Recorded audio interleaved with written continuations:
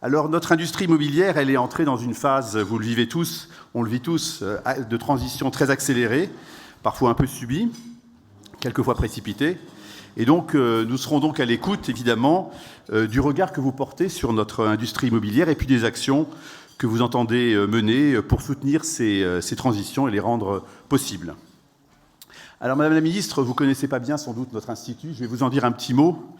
Mais en tout cas, vous allez vite découvrir que vous avez, avec l'IFPIM, un allié de chaque instant pour co-construire, pour impulser, pour innover dans ce qui peut permettre un meilleur développement de l'immobilier, d'un immobilier de solution, pour un immobilier qui soit durable, abordable et, si possible, désirable. Donc soyez sûr qu'avec l'IFPIM, vous aurez un partenaire de dialogue tout à fait engagé.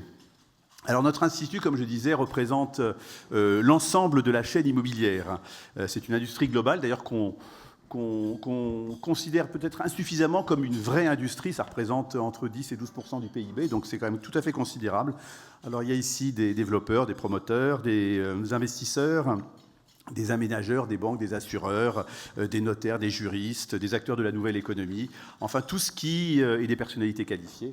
Donc tout ce qui contribue à produire et à animer cette industrie immobilière. On accueille aussi au sein de l'IFPIM un certain nombre de partenaires que vous connaissez sans doute mieux que nous, qui sont les grandes fédérations professionnelles, avec lesquelles vous avez sans doute certainement un dialogue régulier, qui sont plutôt des fédérations sectorielles. Ici à l'IFPIM, on a l'habitude de s'appeler une maison commune de l'immobilier. Nous regroupons l'ensemble des différents métiers. Alors notre caractéristique, c'est de travailler avec nos adhérents au sein d'ateliers, de groupes de travail, pour proposer des solutions pratiques pour le développement de nos industries, des solutions qui soient juridiques, financières, techniques, et en essayant d'innover, quelquefois en dépoussiérant, parce qu'on a beaucoup de choses disponibles qui sont quelquefois plus utilisées. Et l'inventivité, c'est bien, mais déjà, si on utilisait tout ce qu'on a à disposition, je pense que ce serait quelque chose d'utile, et en tout cas, on y veille.